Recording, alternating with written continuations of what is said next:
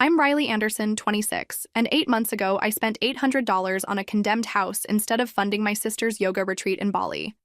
That decision cost me my family's support and earned me my mother's coldest words. Then live. Like junk, she said with disgust in her eyes. My father looked away, ashamed, while my sister Brooke cried theatrically. They thought I was throwing my life away on a worthless dream, but they had no idea what that little junk house would become, or how it would transform not just the property, but me. Before I dive into what happened after they kicked me out, I'd love to know where you're watching from today. Drop your location in the comments, hit that like button, and subscribe if you want to hear more stories about finding strength when your family lets you down. Growing up in suburban Michigan in a middle-class family, I always knew where I stood in the hierarchy of importance. My parents, Karen and Thomas Anderson, made their priorities clear from the day my sister Brooke was born when I was 3 years old. She was the golden child from the beginning with her natural blonde curls, outgoing personality, and ability to charm anyone she met. I was the practical one, the responsible one, the one who was expected to understand when family resources went toward Brooke's dance classes instead of my science camp, or when my college fund was significantly smaller because Brooke's performing arts high school had been so expensive. Our household revolved around appearances and what the neighbors might think. My mother was particularly obsessed with maintaining our family's social status in our community, regularly redecorating our home to keep up with trends and pushing my father to work overtime so we could vacation at the same resorts as the wealthier families from Brooke's private school. While they weren't explicitly materialistic, there was an unspoken understanding that certain achievements and possessions were necessary to maintain our standing. From an early age, I developed a very different relationship with money than the rest of my family.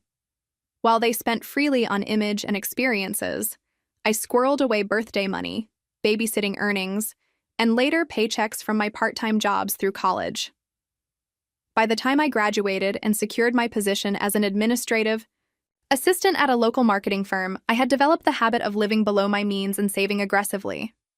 My apartment situation had grown increasingly difficult over the past year as rent in our area skyrocketed, and my roommate Tasha became more unreliable with bills. Each month, I would add to my savings account, watching the numbers grow while dreaming of stability that wouldn't be at the mercy of landlords or roommates. I never shared these dreams with my family because financial independence wasn't valued in the same way as Brooke's artistic pursuits or my parents' social climbing. The irony was that despite their focus on appearances, my family was actually drowning in debt from credit cards, my sister's expensive hobbies, and my parents' home equity loans taken out to maintain a lifestyle they couldn't afford. I discovered this accidentally one day when helping my father organize some paperwork and saw their financial statements. He made me promise never to tell my mother that I knew, and definitely never to tell Brooke, who had been raised with no concept of financial limitations. The abandoned property that would eventually change everything first caught my eye during my daily commute. After Tasha brought home her third temporary boyfriend in 2 months, I had started taking longer routes to work just to have some peaceful time to myself. The detour took me through an older neighborhood that had once been a thriving community for factory workers but had fallen into decline when the manufacturing plant closed in the early 90s. Most of the homes were small but well kept, with clear signs of revival as younger people and immigrants moved in, attracted by the affordable prices. But sitting on a corner lot, partially hidden by overgrown bushes, was a tiny bungalow that looked like it had been forgotten by time. The faded blue paint, sagging porch, and boarded-up windows should have been depressing, but something about its lonely dignity spoke to me. I caught myself slowing down to look at it day after day, wondering about its story and who had once called it home. The transition from curious observer to property owner happened faster than I could have imagined. One morning, running earlier than usual for work, I noticed something new at the abandoned house, a bright orange notice stapled to a wooden stake in the front yard. I pulled over, something I'd never done before, and approached the property with a mixture of curiosity and inexplicable nervousness, as though I was trespassing on someone else's dream. The notice announced a county tax auction, with this property listed among dozens of others to be sold to the highest bidder, with starting bids as low as $500.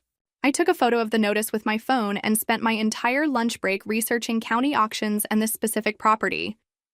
The house had belonged to an elderly woman who had passed away 5 years earlier with no direct heirs. Her distant relatives in another state had initially planned to sell it, but became embroiled in a dispute, leaving the property in limbo. Meanwhile, the property taxes went unpaid, and eventually the county seized it. The auction was scheduled for the following week.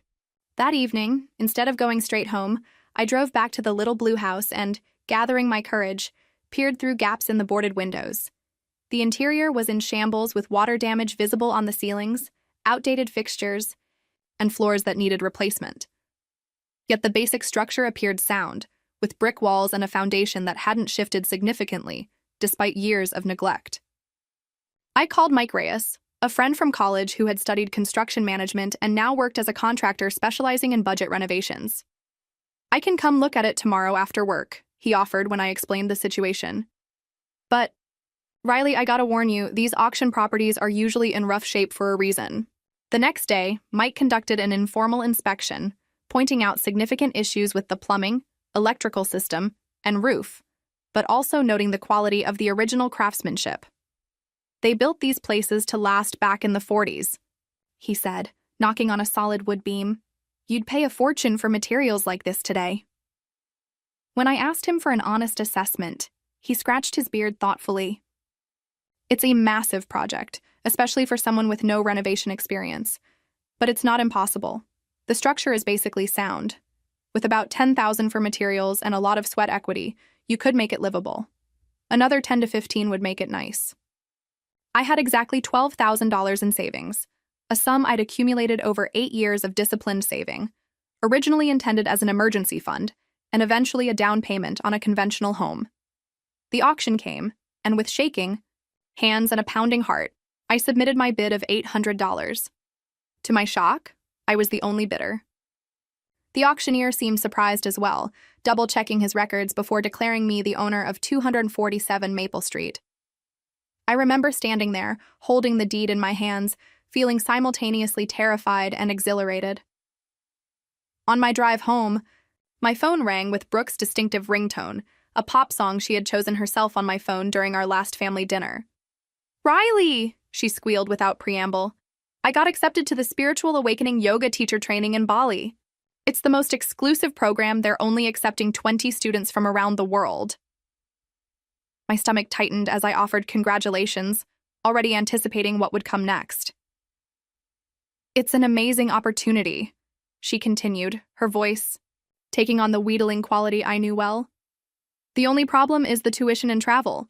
It's $11,000 total, and Mom and Dad can only help with half." The expectation hung in the air, unspoken but clear. This wasn't the first time my savings had been volunteered without my consent. Last year, it was a career-making acting workshop in New York that had resulted in exactly 0 auditions. The year before, an essential semester abroad that Brooke had returned from early because she was homesick. "I just bought a house," I said, the words escaping before I could consider their impact. "What? A house? Where? When?" Her questions tumbled out, genuine surprise in her voice. I briefly explained about the auction and the property, trying to convey my excitement. There was a long pause before she responded. "So, you spent your money on some auction house instead of helping me? Riley, this teacher training could literally change my life." The disappointment and accusation in her voice made my newfound joy curdle into guilt.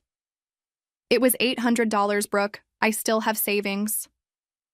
I wasn't sure why I felt the need to defend myself or reveal this information. "So you can help with the retreat?" The hope in her voice was almost childlike. "Let me figure out how much the initial repairs will cost first," I hedged, knowing I was postponing an inevitable confrontation. "I'll talk to Mom and Dad about it at dinner on Sunday." We ended the call with Brooke extracting a promise that I would explain this house situation to our parents before she brought up the retreat. As I pulled into my apartment complex, I felt the weight of competing dreams, my long-held desire for independence and stability versus my family's expectations that I would once again set aside my goals to support Brooke's latest passion. For Mao. The first time I wasn't sure I was willing to make that sacrifice.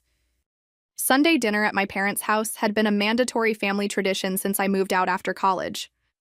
These weekly gatherings followed a predictable pattern. My mother would showcase a new recipe she'd learned from a cooking show or local class. My father would discuss his work at the insurance agency. Brooke would dominate the conversation with dramatic accounts of her week, and I would listen, ask appropriate questions, and help with dishes afterward. This particular Sunday, I arrived with uncharacteristic nervousness, the deed to my new house tucked into my purse like a secret treasure map. My mother greeted me with her usual quick hug and immediate commentary on my appearance. "Riley, that cardigan is looking worn at the elbows. Didn't I give you a gift card to Nordstrom for your birthday?" No mention that the birthday had been 6 months ago, and the gift card amount wouldn't cover half a sweater at that store. "I'm saving it for something special," I replied, my standard response to these criticisms. The dining room table was set, with the good china, which meant my mother was either testing a particularly ambitious recipe or had invited someone to join us. "Is someone else coming?" I asked, counting the 4 place settings with relief. "No, but I made coq au vin from that French cookbook Karen Pierce gave me. Her daughter just got engaged to a surgeon, did I tell you?" The meal progressed normally, until the dessert course, when my mother served her signature crème brûlée and my father poured small glasses of dessert wine. The moment felt oddly ceremonial, and I realized Brooke must have told them about her retreat already, setting the stage for their combined persuasion. Before they could begin, I took a deep breath and decided to share my news first. "I have something exciting to tell you all," I said, forcing enthusiasm into my voice. "I bought a house." There was a moment of confused silence before my father chuckled. "You mean you made an offer on a condo?" he asked, clearly assuming I was exaggerating. "No, I actually purchased a house. I own it outright, no mortgage," I explained, pulling out my phone to show them pictures of the property. "It needs work, but it has good bones, and I got an incredible deal." My mother squinted at the photos, her expression shifting from confusion to horror. "Riley Elizabeth Anderson, please tell me this is some kind of joke. That's not a house, it's a teardown." Brooke peered at my phone screen and wrinkled her nose. "Oh my God, it looks like something from a horror movie. Is that black mold?" My father, always more practical, asked about the price and location. When I told him I'd paid $800 at a county auction, his eyebrows shot up. $800 for the whole property? He seemed genuinely impressed until my mother cut in. "Thomas, are you actually encouraging this? Our daughter is talking about living in squalor." Her voice rose with each word. "It's in Millwork District," I added quickly, naming the neighborhood. That real estate blogs had recently started describing as up and coming due to an influx of artists and small businesses. Mike Reyes looked at it with me. He said the structure is sound, it just needs updating. My mother's face flushed. "Mike Reyes? That boy from your college whose parents own the landscaping company? And you trust his opinion over actual real estate professionals?" The class implications in her tone were unmistakable. "He's a licensed contractor now, Mom, and yes, I trust him." I felt heat rising in my own cheeks. My father attempted to mediate. "Karen, let's hear Riley out. Property can be a good investment." But my mother was building momentum. "Investment? Thomas, be serious. No one with any sense would invest in that neighborhood or that pile of garbage." She turned back to me. "What about your future? What about settling down? No decent man is going to be interested in a woman living in a wreck of a house in that area." Brooke had been uncharacteristically quiet, but now she spoke up, her voice taking on the wounded quality that typically resulted in her getting her way. "I thought you were going to help with my yoga teacher training. You promised you'd talk to Mom and Dad about it." "I didn't promise to pay for it, Brooke. I said we'd discuss it." The distinction felt important to make, though I knew my family would see it as semantic nitpicking. "But you always help me," Brooke said, genuine confusion in her voice. "And this is really important for my career." "Your career?" My mother scoffed, momentarily distracted from my transgression. "Darling, yoga is a wonderful hobby, but it's hardly a career. Riley's administrative job isn't glamorous, but at least it has health insurance and a retirement plan."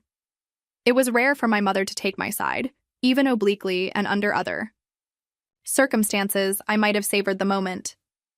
Instead, Brooke's eyes welled with tears, a response that predictably redirected all attention and sympathy back to her. My father patted her hand. Now, princess. We'll figure something out for your retreat. But right now, we need to address this house situation with your sister.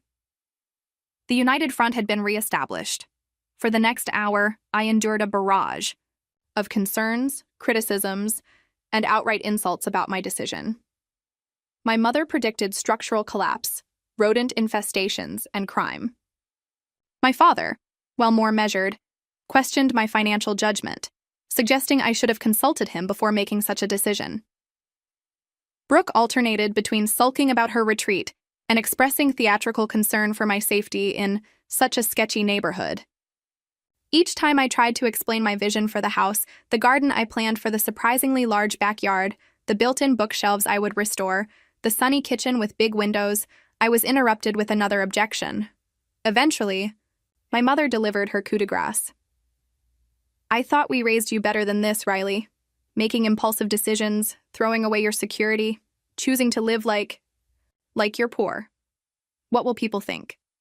The contempt in her voice made it clear that in her mind, I had committed an unforgivable sin, not just buying a fixer-upper, but willingly associating myself with a standard of living she had spent her life trying to escape and hide from.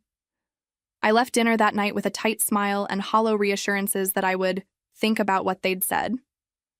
In my car, I sat silently for several minutes, trying to process the interaction and tamp down the hurt. Part of me had genuinely believed they would share my excitement once they understood my vision. Another part had hoped that for once, my dreams would take precedence over Brooke's. Both parts had been naive. The aftermath of the Sunday dinner debacle unfolded in a series of increasingly uncomfortable interactions across multiple fronts.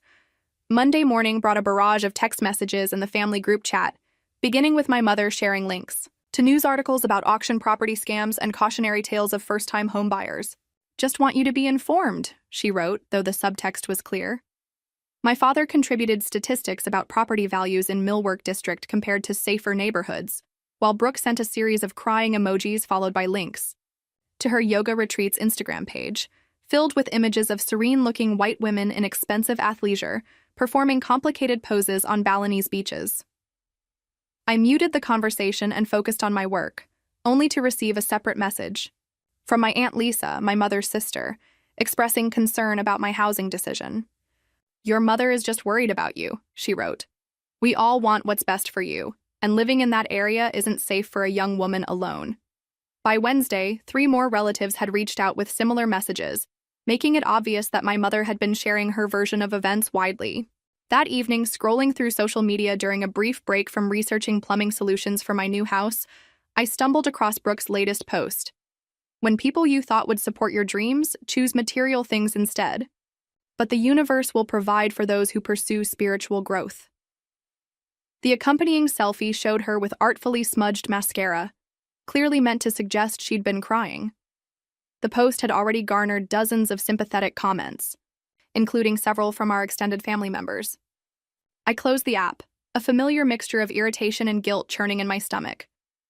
On Thursday evening, I returned to my apartment after work to find my parents' car in the visitor parking space. They had never visited my apartment unannounced before, and my first thought was that someone had died or been seriously injured. I rushed up the stairs, scenarios of hospital beds and funeral arrangements flooding my mind, only to find them sitting stiffly in my small living room while my roommate Tasha hovered awkwardly in the kitchen doorway. "Mom, Dad, is everything okay? What happened?" My mother stood immediately, clutching her designer handbag like a shield. "We need to talk to you, Riley. Privately." I nodded to Tasha, who grabbed her keys and mumbled something about meeting her boyfriend, clearly relieved to escape the tension. Once the door closed behind her, my mother wasted no time. "We've been doing some research about that property you bought," she began, her tone suggesting she was addressing a wayward teenager rather than an adult woman. "The neighborhood has one of the highest crime rates in the county, and the house itself was flagged for multiple code violations before it was abandoned." My father produced a folder of printouts, detailed tax records, crime statistics, and even a property appraiser's report that must have cost several $100s to obtain. "Honey, we're worried you've made a serious mistake," he said, his tone gentler but still condescending. This house will be a money pit, and even if you somehow manage to renovate it, you'll never get your investment back. I remained standing, unwilling to settle into what already felt like an ambush. I appreciate your concern, but I've done my own research. The neighborhood is changing, and the house's issues are cosmetic, not structural. A half-truth, the plumbing and electrical would need complete overhauls, but the foundation and framework were indeed solid. My mother scoffed. Cosmetic? Those photos you showed us looked like a disaster zone. And even if you fix it up, who's going to buy a house in that neighborhood? What kind of people do you think live there? The implication that my neighbors would be somehow undesirable hung in the air. Working people? I answered firmly. Families, artists, people who can't afford to buy in overpriced suburbs but still want to own their homes. My father sighed, adopting the reasonable tone he used with difficult insurance clients. Riley, we understand wanting independence, but there are better ways to achieve that than sinking your savings into a liability. If you're determined to buy property, we could help you look at condos in safer areas. This isn't just about property, Dad. It's about building something that's completely mine, on my terms. And I'm not sinking all my savings into it. I've budgeted carefully for the renovations. My mother's patience visibly snapped. This is absolutely ridiculous. You have $12,000 to your name, Riley. $12,000 that could be put to much better use. The specific number startled me. I had never told my parents exactly how much I had saved. How do you know how much money I have? My father had the grace to look embarrassed. Your mother was concerned, so I called Brandon at the credit union. Brandon, my father's golf buddy, who managed the local branch where I kept my accounts. The violation of privacy left me momentarily speechless. My mother pressed her advantage. Brooke needs $11,000 for her retreat, which would still leave you $1,000 for emergencies. That's a much more sensible use of funds than throwing it all away on a lost cause. And there it was, the real purpose of their visit. Not concern for my safety or financial future, but ensuring Brooke's retreat was funded.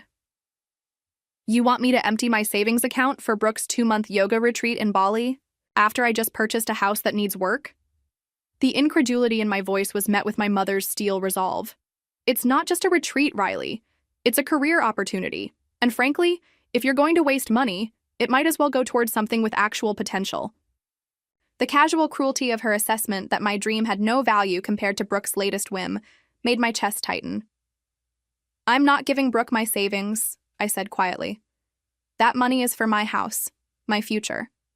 I've already helped with her acting workshop, her semester abroad, and her car down payment.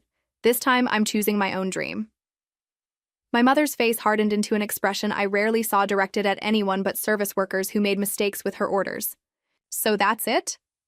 After everything we've done for you, after all the sacrifices we've made, your sister needs your help and you're choosing to be selfish? It's not selfish to want something for myself for once, I countered, my voice rising despite my efforts to stay calm. And what sacrifices, Mom? You and Dad paid for Brooke's private performing arts high school while I went to public school. You funded her semester abroad while I worked 2 jobs to afford textbooks. Every family vacation was planned around her. Dance competitions or auditions. Years of accumulated resentment bubbled to the surface. I love Brooke, but I'm done being expected to sacrifice my goals for hers. My mother stood abruptly, gathering her purse with shaking hands.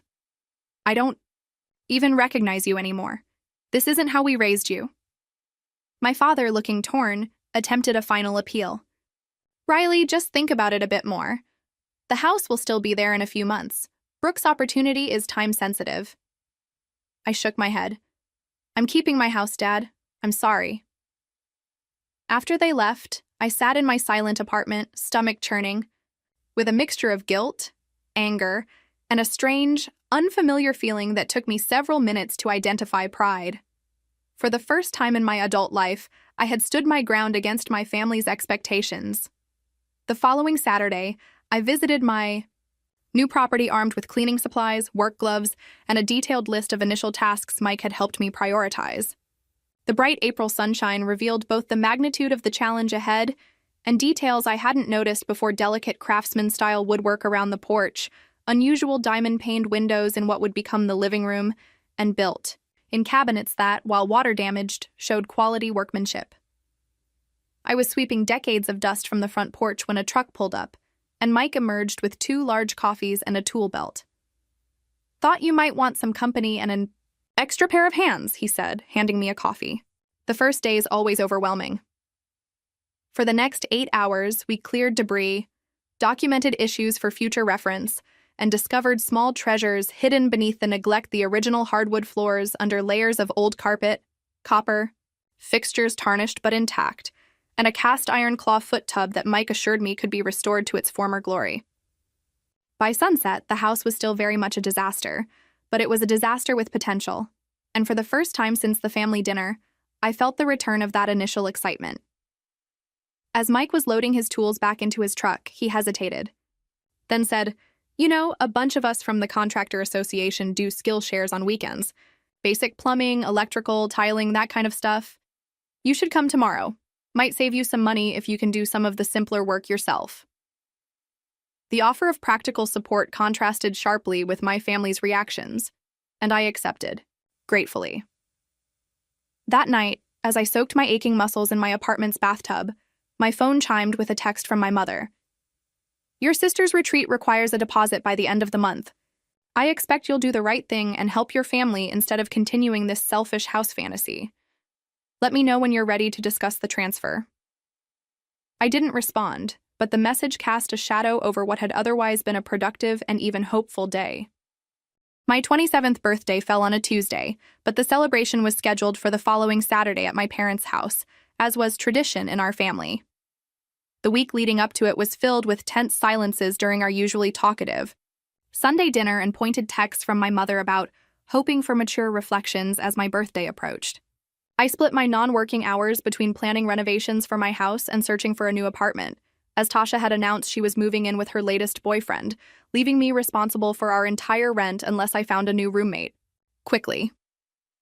The timing was terrible, with most of my savings now allocated to house repairs. Covering the full apartment rent would significantly delay my renovation timeline. Still, I arrived at my birthday gathering with cautious optimism, carrying a bottle of my father's favorite whiskey as a peace offering. The first warning sign should have been the cars parked along the street outside my parents' home, too many. For just our immediate family. The second was my mother's overly bright smile as she opened the door, an expression I recognized from childhood as her company manners face. "Happy birthday, darling," she said, air kissing near my cheek to avoid smudging her makeup. "Everyone's so excited to see you." In the living room, I found not just my parents and Brooke, but a collection of relatives and family friends, my mother's sisters Lisa and Diane, my father's brother Robert and his wife Carol, my godmother Helen, and several of my parents' closest friends. They sat in a rough semicircle, an arrangement that immediately triggered memories of TV intervention scenes. My birthday cake sat on the coffee table, unlit, clearly not the immediate priority. My father approached with a glass of wine, squeezing my shoulder in what felt like apology. "Happy birthday, Riley. Let's all sit down and chat before cake, shall we?" The next 2 hours were among the most humiliating of my life. One by one, various family members expressed their concerns about my house purchase, each framing their criticism as loving concern. Aunt Lisa worried about crime statistics. Uncle Robert questioned the wisdom of throwing away good money after bad on a property that would never build equity. My godmother Helen recalled a similar phase she went through in her 20s, attempting to renovate an old farmhouse that ended up being a money pit she was thankfully talked out of by wiser family members. Throughout these statements, my mother nodded encouragingly, occasionally adding her own commentary about my normally sensible nature being clouded by some inexplicable rebellion. When the adults had exhausted their prepared remarks, Brooke took center stage, tears already glistening in her expertly made-up eyes. "Riley, I've always looked up to you," she began, her voice wavering for maximum effect. "You've always been the responsible one, the one who thinks things through. That's why this is so scary for all of us. It's so out of character." She dabbed at her eyes with a tissue my mother quickly supplied. "I need this yoga training, Riley. My therapist says I've been suffering from anxiety and depression, and this program is specifically designed to heal trauma through movement and meditation. It's not just a career opportunity, it's essential for my mental health. The manipulation was so transparent, it was almost impressive. In the past, I would have capitulated immediately, accepting whatever financial burden was necessary to ease my sister's distress. But something had shifted in me over the past few weeks of planning my house's renovation, of learning how to use power tools at Mike's weekend workshops, of imagining a space that was entirely mine. "I'm sorry you're struggling, Brooke," I said, carefully. "But I can't give you my savings. I've made commitments to my own project, my own future." A heavy silence followed, broken by my mother's sharp intake of breath. "After everything we've discussed, after hearing everyone's concerns, you're still insisting on this foolishness?" Her voice rose incrementally with each word. "Mom, I understand you're worried," I began, but she cut me off with a slashing motion of her hand. "No, you clearly don't understand anything. Your sister needs help, actual, legitimate help, and you're choosing to live out some ridiculous renovation fantasy instead of supporting your family. What kind of person does that make you?" The room temperature seemed to drop 10 degrees. My father cleared his throat uncomfortably. "Karen, maybe we should—" "No, Thomas, it's time someone spoke plainly." She turned back to me, eyes flashing. "If you go through with this, if you choose that junk heap over your sister's well-being, then you can just live like junk. Don't come back to this house until you've figured out your priorities and are ready to be part of this family." Again. The ultimatum hung in the air, witnessed by over a dozen people who shifted awkwardly, some looking embarrassed, others nodding in agreement. Aunt Diane actually murmured "Amen" under her breath. "Karen?" My father attempted again, his discomfort with the public nature of the confrontation evident. "Riley's an adult. She can make her own decisions even if we don't agree with them." It was the closest he'd come to supporting me, but my mother was beyond reason. "Enabling bad decisions isn't helping her, Thomas. Sometimes people need consequences. To see clearly." She turned back to me. "Well, what's it going to be, Riley? Are you going to help your sister, or are you going to continue shaming this family with your choices?" The question was clearly rhetorical. She already knew my answer. I stood slowly, legs unsteady. "I'm keeping my house," I said quietly. "And if that means I'm not welcome here, then I guess that's how it has to be." I walked out without looking. Back, the sound of Brooke's theatrical sobs and my mother's angry exclamations following me down the hallway. In my car, parked halfway down the block, I sat with my hands gripping the steering wheel, waiting for tears that didn't come. Instead, I felt a curious lightness, as if some invisible cord that had been pulling me back toward patterns of familiar obligation had finally snapped. I drove to my apartment in a daze, passing darkened storefronts and late-night gas stations, the suburban landscape blurring through unshed tears. By the time I reached my building, it was past 11, and the reality of my situation began to sink in. I had been effectively disowned on my birthday, in front of extended family and family friends. The news would spread through my parents' social circle by morning. My birthday cake had never even been cut. Inside my apartment, the silence was absolute. Tasha was spending the night at her boyfriend's place, leaving me alone with my thoughts and the aftermath of my family's rejection.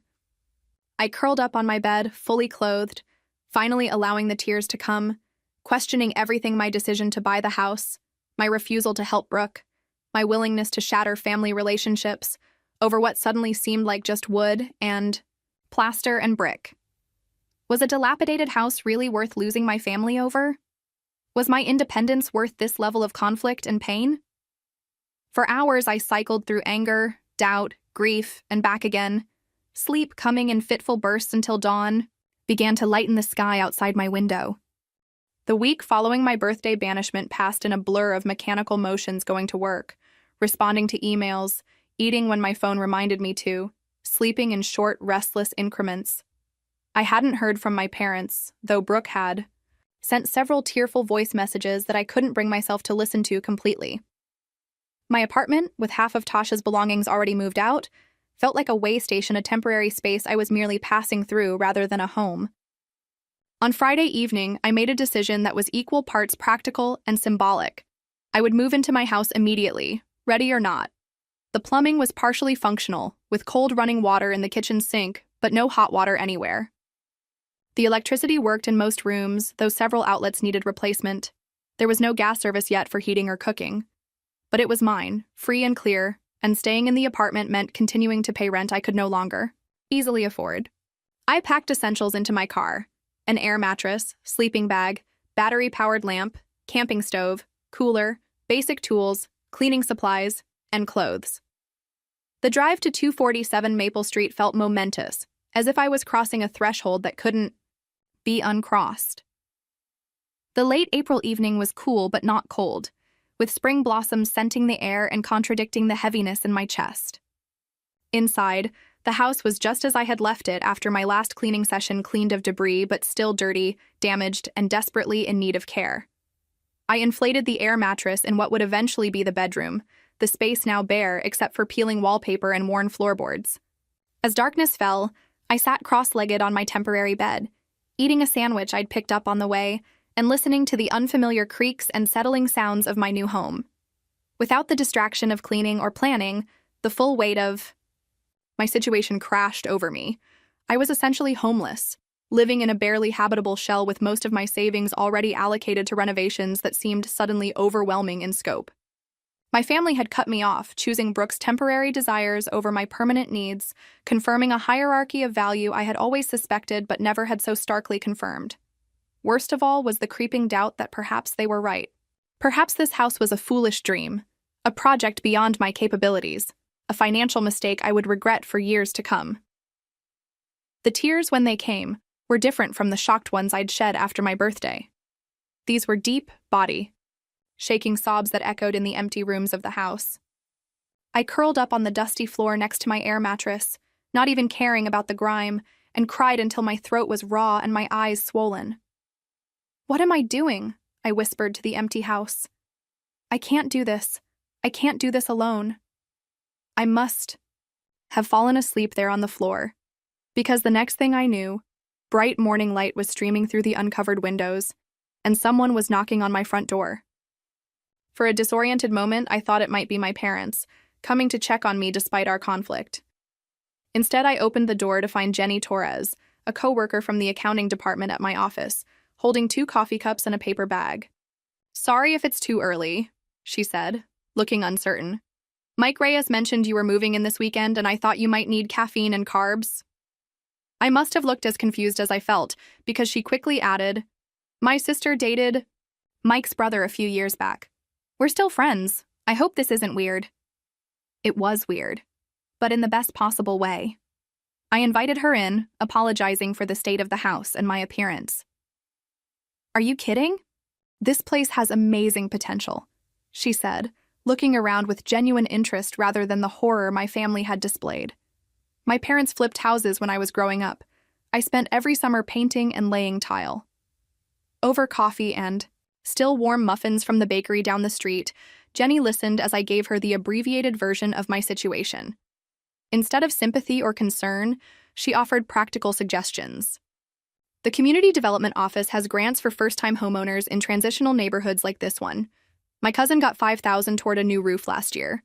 And there's a tool library at the community center where you can borrow equipment instead of buying everything. After Jenny left, promising to email me links to local resources, Mike arrived with his truck and 2 friends, Amir, an electrician, and Dion, who specialized in refinishing hardwood floors. "Thought we'd give you a housewarming present," Mike explained, unloading tools and supplies. 1 working bathroom, courtesy of the Weekend Warrior crew. My protests that I couldn't afford to pay them were waved away. "You can help on our projects sometime," Amir said with a shrug.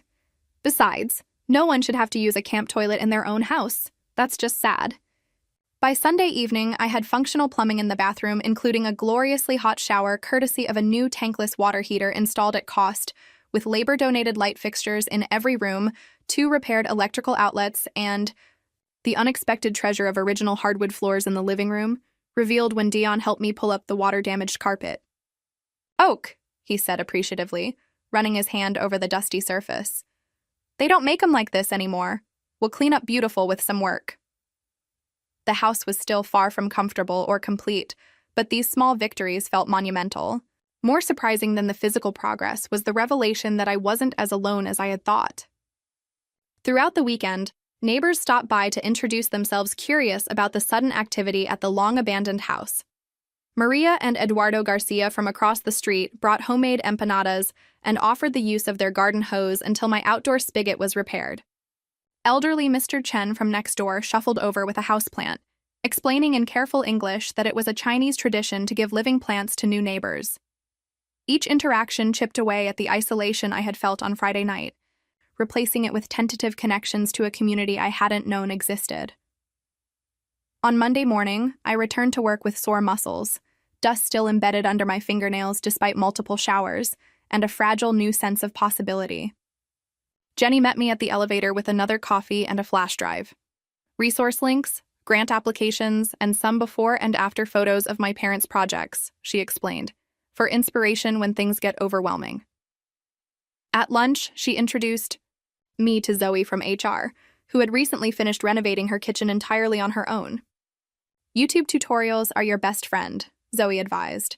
I knew nothing about tiling before I started, and now I'm practically a pro. That evening, I returned to a house that was still broken and incomplete, but no longer felt like a mistake. Sitting on my air mattress with a notebook, I began to create a new renovation plan, focusing on making one room fully functional at a time, rather than trying to tackle everything at once. The bathroom would be first, then the bedroom, then the kitchen. The living room, dining room, and second bedroom could wait. I created a detailed budget, incorporating the new information about grants and community resources, and discovered that with careful planning, I could stretch my remaining savings much further than initially thought. As I worked, I realized I was thinking of the house differently than I had before. It wasn't just a property or an investment, or even a subtle rebellion against my family's expectations. It was becoming something more personal, a challenge, a canvas, a sanctuary. In the quiet of the half-finished bathroom, I found the brass fixtures that had been hidden under layers of calcium and tarnish. Mike had shown me how to clean them with a mixture of vinegar and salt, revealing their original luster. Now they gleamed in the evening light, imperfect but beautiful, survivors of decades of neglect. Like me, I thought they just needed someone to see their value beneath the surface damage. I slept more soundly that night than I had since the confrontation with my family, lulled by the peculiar creaks and sighs of my house as it settled around me. For the first time, the sounds didn't seem ominous, but comforting, the natural language of a structure that had stood for nearly 80 years and would, with proper care, stand for many more. The following weeks established new patterns and rhythms. Weekdays were for my administrative job, weeknights for smaller renovation tasks like stripping wallpaper or removing old fixtures, and weekends for bigger projects that required help from my growing network of supporters. Jenny regularly joined me for painting sessions, bringing along friends who were curious about the project. Mike organized a workday with several contractor friends to replace the porch steps and railings, accepting only pizza and beer as payment. I discovered unexpected resources within myself as well. Years of being the practical, responsible sibling had taught me organizational skills that proved invaluable for coordinating materials, deliveries, and volunteer help. My habit of researching thoroughly before making decisions served me well as I compared flooring options, paint durability, and plumbing fixtures. Most surprisingly, I found I had a good eye for restoring the house's original character while making necessary modern updates, a balance that eluded many first-time renovators, according to Mike. "You're not trying to turn it into something it's not," he observed one day as I carefully restored rather than replaced original window trim. "That's why it's working." The truth in his words resonated beyond the woodwork.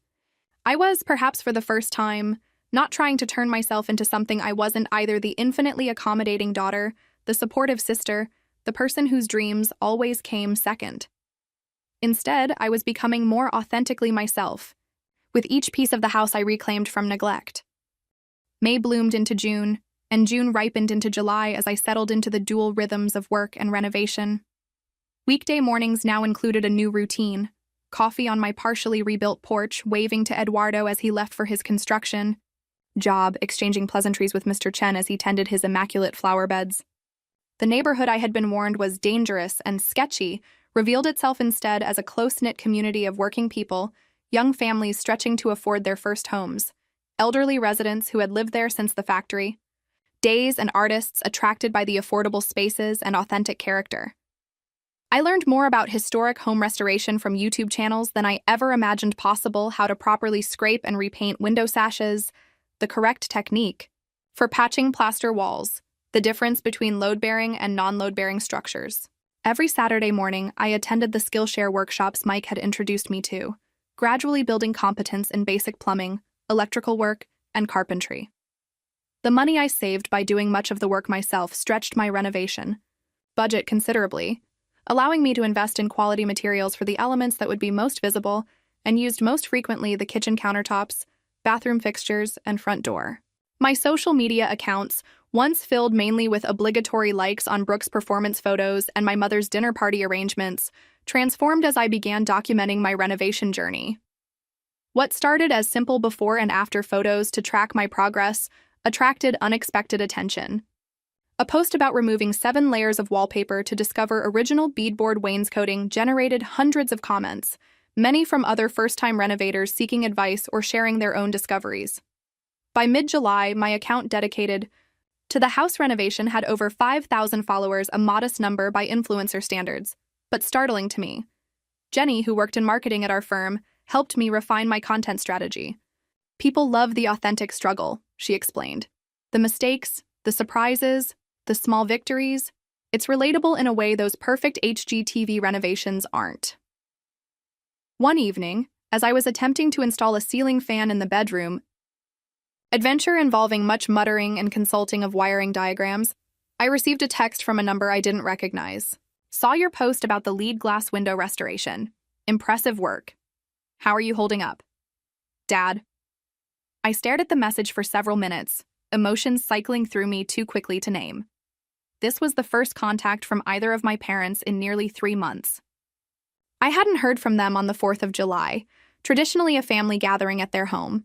My birthday presents, including gift cards for stores I rarely shopped at, still sat unopened in a drawer at my apartment, which I had finally fully vacated at the end of May.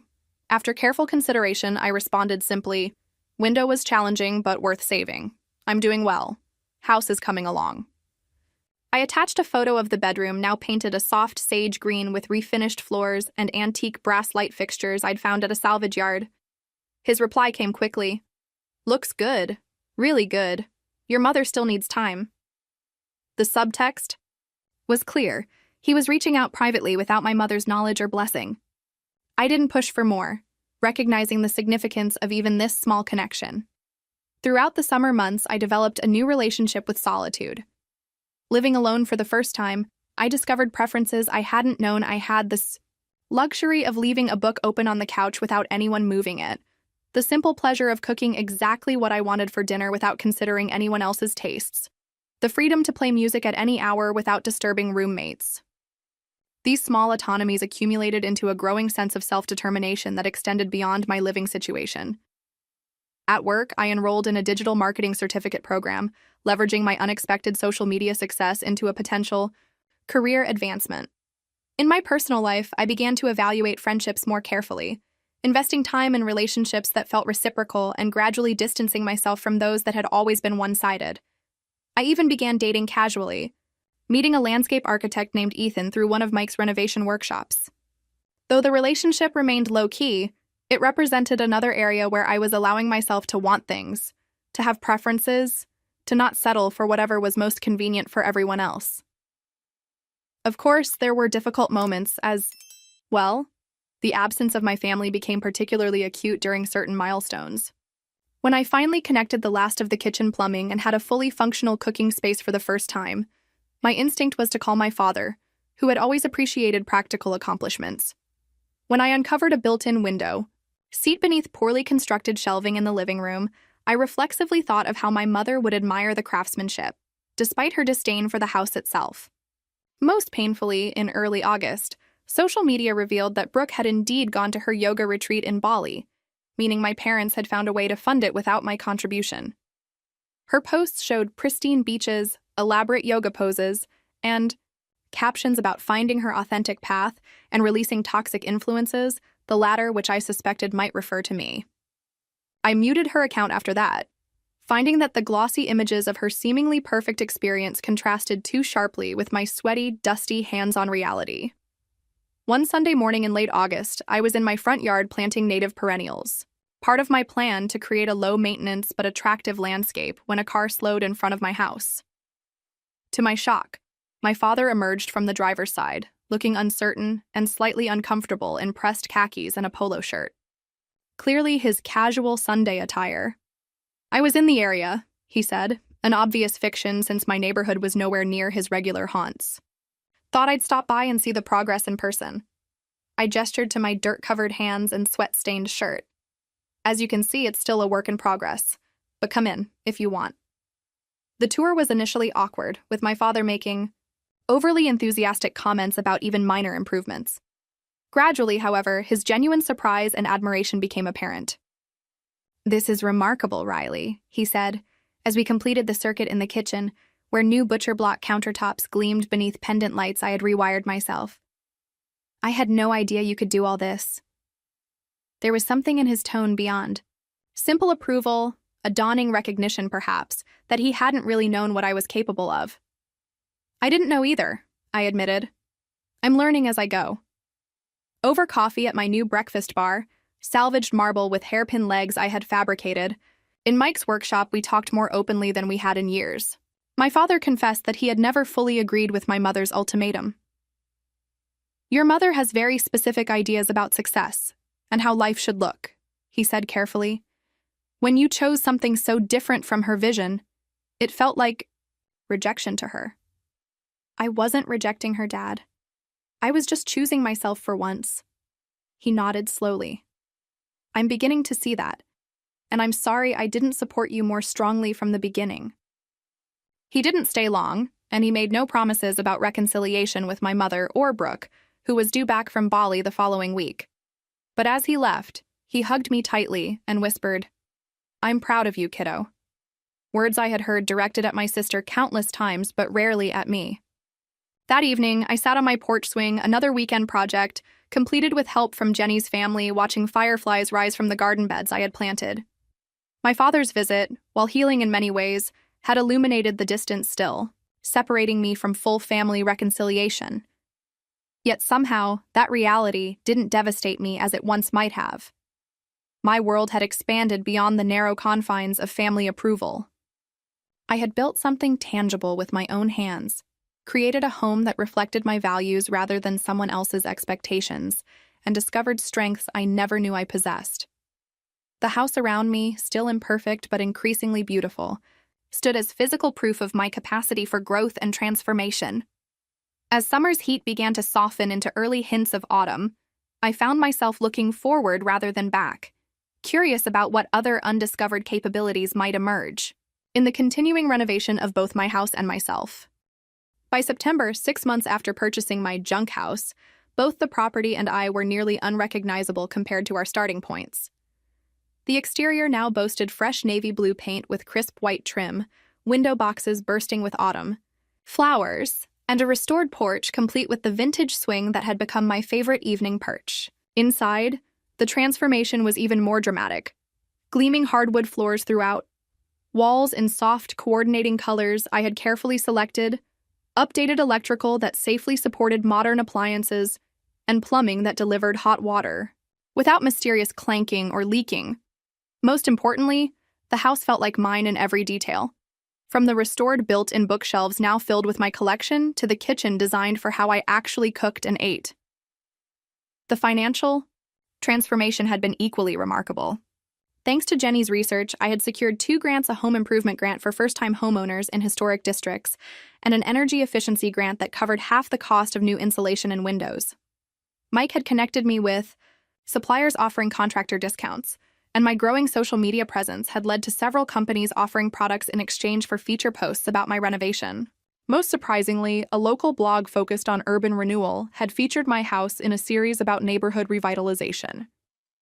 The morning after the article was published, I received an email from a real estate agent specializing in historic properties.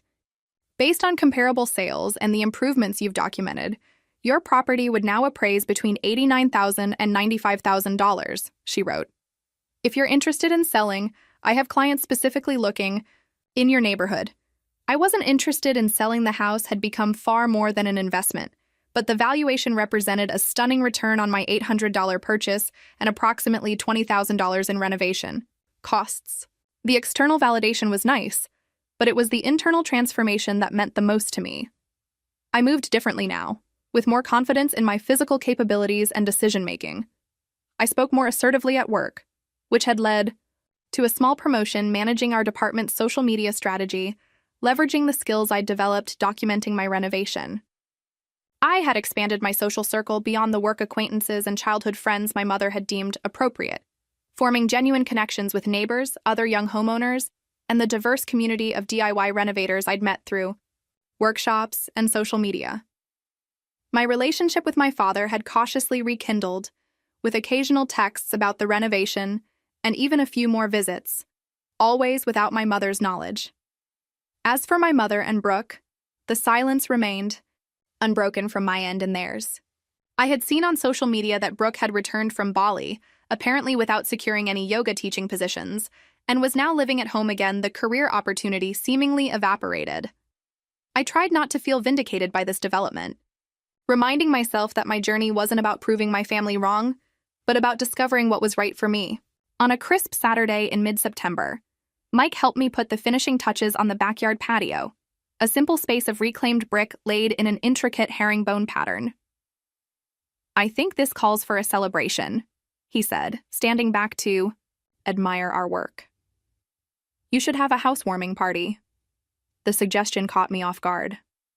Despite all the improvements, I still thought of the house as a work in progress. "Is it ready for that?" Mike laughed. "Riley, it was ready months ago. The rest is just you not being able to stop improving things, which is normal for anyone with the renovation bug. But trust me, this place is showcase-worthy now." With Jenny's enthusiastic help, I planned a gathering for the following weekend: simple refreshments, house tours for those interested, and no gifts, just company to celebrate the journey. The guest list included my new friends from the neighborhood, colleagues from work who had supported me, Mike and his renovation crew, and a few childhood friends I had reconnected with through social media. I deliberately didn't invite my family, not out of spite, but because I wasn't ready to make this milestone about our conflict. The day of the party dawned sunny and perfect, with just enough autumn crispness to make the patio fire pit a welcome addition. Jenny arrived early to help arrange food and hang string lights in the backyard.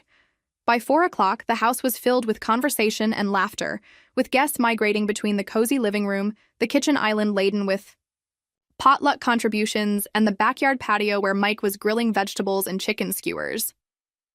I was in the kitchen refilling a water pitcher when the doorbell rang, an unexpected sound since most guests had simply walked in through the open front door. Jenny waved me off. "I'll get it. You check on the dip situation we're running low on."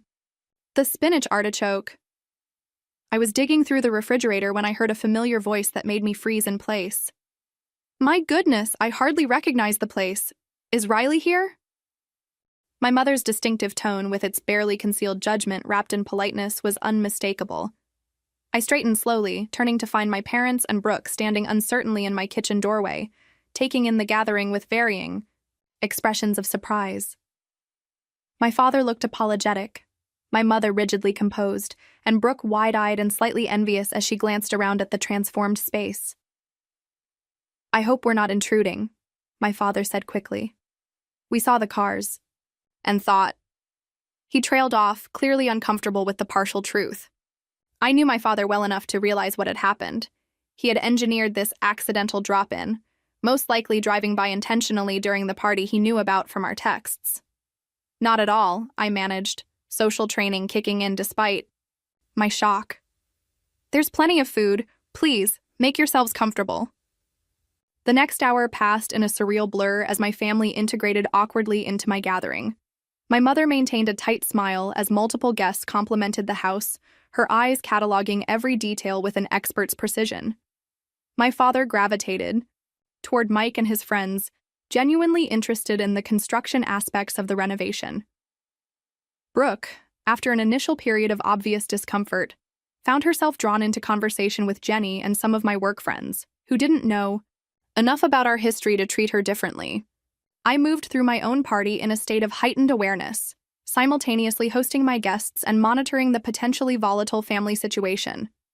To my surprise, the expected explosion never came.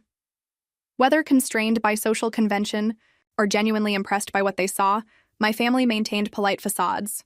As twilight deepened and outdoor lights illuminated the patio, I found myself momentarily alone with my mother in the living room, both of us examining the restored window seat I had uncovered and refurbished. "The craftsmanship is quite remarkable," she said after a lengthy silence. "They don't build like this anymore." Coming from my mother, this was significant praise. "Thank you," I replied simply. I was lucky to find most of the original features intact under the later additions. She ran her hand over the smooth wood of the seat. "It's not what I would have chosen for you," she said finally. "This house, this neighborhood, but—" She paused, seemingly struggling with her next words. "It's not as bad as I expected." From anyone else, this would have been faint praise indeed. From my mother, it was nearly a retraction of her previous condemnation. "It suits me," I said, neither apologizing nor seeking further approval. She nodded once, a gesture that acknowledged my statement without necessarily agreeing with it. Later, as the party began to wind down, I overheard Brooke in animated conversation with Zoe from HR, who had become a close friend through our shared interest in renovation. "I can't believe she did all this herself," Brooke was saying, an unmistakable note of admiration in her voice. "Riley was always the practical one, but I never thought she was, creative." "Oh, she's incredibly creative," Zoe replied, warmly. "You should see her social media. She has quite a following for her renovation content." I watched as this information registered on my sister's face, a complex mixture of surprise, reassessment, and perhaps a touch of competitive envy. When my family finally prepared to leave, the goodbyes were stilted but not hostile. My father hugged me warmly, my mother offered a brief cheek kiss more genuine than her arrival air kiss, and Brooke, after a moment's hesitation, gave me an impulsive embrace. "Your house is amazing," she whispered. I had no idea. After they left, I rejoined my remaining guests with a strange sense of lightness. The confrontation I had feared for months had happened, and while nothing had been explicitly resolved, something had shifted. My family had seen me in my new context, surrounded by friends who valued me, in a home I had created with my own vision and hands. They had witnessed firsthand that my selfish choice had not led to ruin but to growth and connection. Whether this would translate to genuine reconciliation remained to be seen, but I realized with sudden clarity that I no longer needed their validation to feel secure in my choices. The house around me, filled with the warmth of new friendships and echoing with genuine laughter, had become not just a structure, but a symbol of what was possible when I trusted my own judgment instead of surrendering to others' expectations. The weeks following the housewarming party brought tentative steps toward family reconciliation, though not in the simple, cinematic way I might once have imagined. There was no dramatic moment of revelation, no tearful group hug signifying that all was forgiven and forgotten. Instead, there were small gestures and incremental shifts, my father's increasingly regular texts and visits, my mother's carefully worded email complimenting the paint color in my living room, Brooke's request to follow my renovation account on social media. We began with neutral territory meeting for coffee at a cafe midway between our homes, sharing a meal at a restaurant where the public setting discouraged emotional confrontations. Gradually, these encounters expanded to include invitations back into their spaces and mine. My father was the easiest to reconnect with, his practical nature appreciating the tangible skills I'd developed and the value I'd created in my property. During one visit, as he helped me install ceiling fans in the guest bedroom, he confessed something I'd long suspected. "Your mother and I aren't in the financial position everyone thinks we are," he said, carefully aligning the mounting bracket. "The appearances, the social obligations, it's all built on credit cards and home equity loans. That's part of why your choice was so threatening it exposed the fragility of the life we've constructed." This admission created a new honesty between us, one that allowed me to share my own financial journey, the careful budgeting, the grants, the skills I'd developed to save money, and the genuine security I now felt. By October, my mother had progressed to accepting invitations to my home, though her visits still carried an air of inspection rather than relaxation. "The kitchen backsplash is quite clever," she would say, or These light fixtures complement the period of the house. Never simple praise, always qualified expertise, but the criticism had transformed from dismissal to reluctant respect. During one such visit, as I served tea in vintage cups I'd found at an estate sale, cups she genuinely admired, she abruptly asked, "Are you happy, Riley? Truly happy with all this?" The question caught me off guard with its uncharacteristic directness. "Yes," I answered simply. "I am." She nodded slowly, stirring her tea with unusual attention. "I wanted so much for you and your sister. Maybe too much. Things that I thought were important because I didn't have them growing up." It was the closest my mother had ever come to explaining her driving obsession with appearances and status. "I know, Mom, but we wanted different things. We still do." "I'm beginning to see that," she said quietly. My relationship with Brooke evolved more erratically, complicated by her own post-Bali struggles. The expensive retreat had not launched her yoga teaching career as promised. Instead, she had returned to live with our parents again, working part-time at a local juice bar while trying to build a social media presence as a wellness influencer, a path ironically inspired partly by my unexpected online success with renovation content. One rainy November afternoon, she appeared unannounced on my doorstep, soaking wet and visibly upset. "Can I come in? Mom and I had a fight and I just needed to—" She didn't finish the sentence, but I recognized the expression, the particular mix of frustration and hurt that came from failing to meet our mother's expectations. Over hot chocolate at my kitchen island, Brooke gradually revealed the source of the conflict. Our mother had pressured her to apply to business school, suggesting that her yoga phase had run its course and it was time for a real career. "She never thought the yoga teacher thing would work," Brooke admitted, cupping her mug with both hands. "She just supported it because it seemed prestigious in her social circle to have a daughter studying in Bali." The revelation wasn't particularly surprising, but Brooke's awareness of it was. "How did you know your renovation would work?" she asked suddenly. "How were you so sure it wasn't just throwing money away like Mom said?" "I wasn't sure," I answered. Honestly, I was terrified, especially after everyone made it clear they thought I was making a huge mistake. But it felt right in a way that following someone else's plan for me never did. Brooke looked around the warm kitchen, taking in the details that made the space uniquely mine, the open shelving displaying my favorite ceramics, the vintage bread box repurposed to hold cooking utensils, the hand-tiled backsplash in subtle blues and greens. "I don't think I've ever done anything that felt completely right to me," she said softly.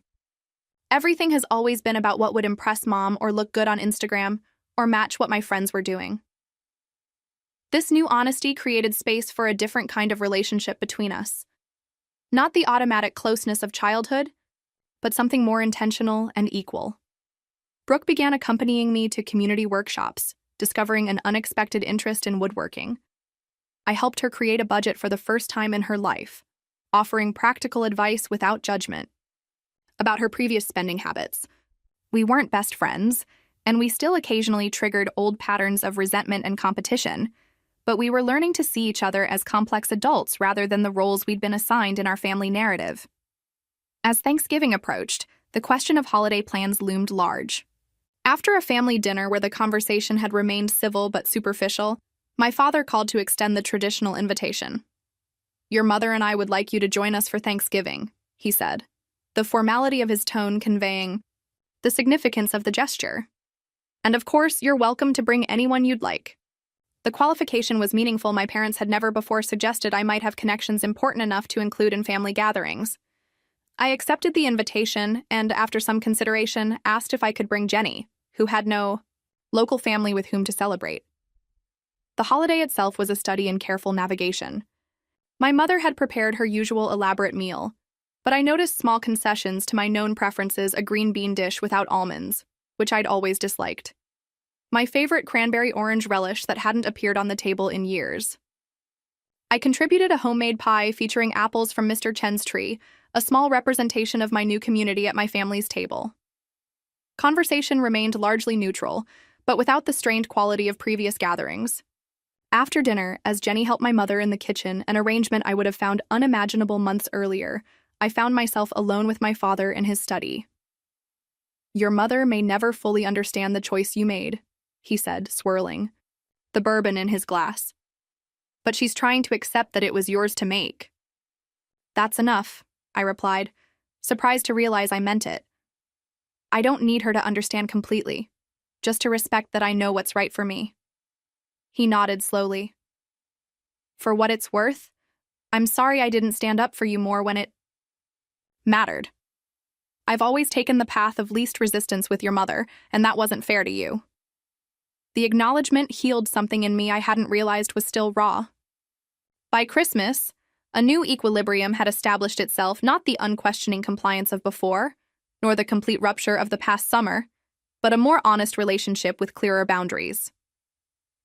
I hosted Christmas Eve at my house, a small gathering with simple decorations that reflected my taste rather than my mother's more elaborate standards. My mother contributed her traditional Swedish meatballs without criticizing my less formal table setting. Brooke brought a friend from her new job at a local art supply store without seeking prior approval. These were small revolutions, barely noticeable to outsiders, but significant in the context of our family's rigid patterns. The new year brought continued growth, both for my house and for me. I completed the final planned renovation project, opening up the small third bedroom to create a home office where I could work on my expanding side business of social media consulting for small renovation companies. My online following had grown to over 30,000, attracting partnership offers and speaking opportunities at home improvement expos. At work, my digital marketing certificate and demonstrated social media success earned me a promotion to communications specialist, with a substantial raise that allowed me to begin rebuilding my savings. Most importantly, I had discovered a sense of self-trust that extended far beyond home renovation. The skills I had developed fixing floors and rewiring fixtures, rebuilding my house from its broken state, had shown me how to rebuild other aspects of my life as well. I had learned to assess problems realistically without catastrophizing, to research solutions thoroughly, to ask for help when needed, and to trust my own capabilities even when a task seemed initially overwhelming. These lessons translated to my career decisions, my financial planning, and especially my relationships. I no longer accepted dynamics where my needs always came last or where criticism was disguised as concern. The friends and connections I maintained were those that demonstrated reciprocity and genuine support, not obligation or convenience. As spring approached, bringing my 1-year anniversary of home ownership, I sat one evening on my porch swing, watching the perennial bulbs I had planted the previous fall begin to emerge in the front garden. My phone chimed with a text from my mother, unusual, as she still preferred phone calls. Your father and I are considering downsizing. The house is too large for just us, especially with the maintenance issues. Would you be willing to look at some smaller properties with me and give your opinion? Your renovation knowledge would be helpful. The request represented a seismic shift in our relationship, my mother asking for my expertise, acknowledging my knowledge in an area where she had previously dismissed me entirely. In that moment, I recognized perhaps the most profound transformation of the past year, not the physical renovation of my house, impressive though it was, but the renovation of my understanding of myself and my place in the world. The junk house that had caused such conflict had become not just my home, but my teacher. Its broken parts had shown me how to repair. Its hidden beauty had taught me to look beneath surfaces. Its resilience had inspired my own. In choosing this house against all advice and pressure, I had finally chosen myself, my own judgment, my own capability, my own path. The security I felt wasn't just from owning property, but from owning my decisions. Have you ever had to make a choice that others didn't understand, but that you knew was right for you? I'd love to hear your stories in the comments below.